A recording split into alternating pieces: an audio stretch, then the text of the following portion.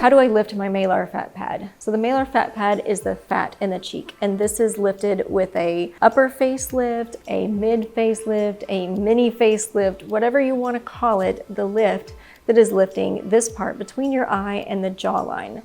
There are temporal lifts. There have been a lot of different kinds of minimally invasive lifts that have been introduced and done for a while and then usually abandoned.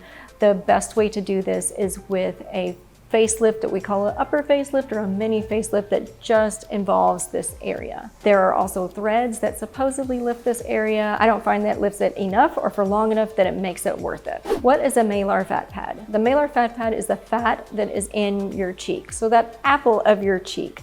This can kind of tail up towards the side of your cheek, but it's this front part of the cheek right here. What is the difference between a malar fat pad and a buccal fat pad? These are different layers and different compartments within the face. The face has a number of different compartments that contain fat to give it the shape that you have. The malar fat pad is in the front part of the cheek, or the apple of the cheek, whereas the buccal fat pad is deeper and it is also just outside of where your smile is. So just lateral to your mouth is the buccal fat pad.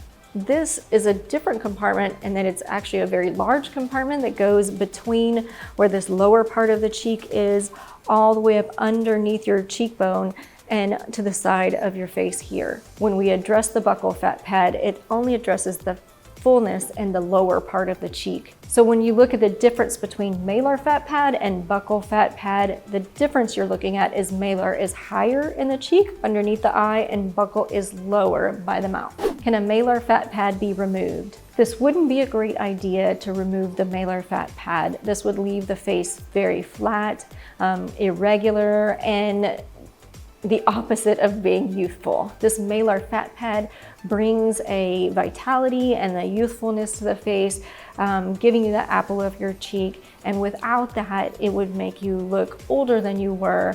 And this can be associated with looking not well and things that we don't necessarily generally want. Removing this would also be difficult to do without having incisions that were visible or making that area look irregular. So I advise very much against removing a malar fat pad and more repositioning it to a more youthful, more beautiful place. Have questions? I help people like you every day. Just schedule a consultation at drangela.sturm.com. Thanks for watching.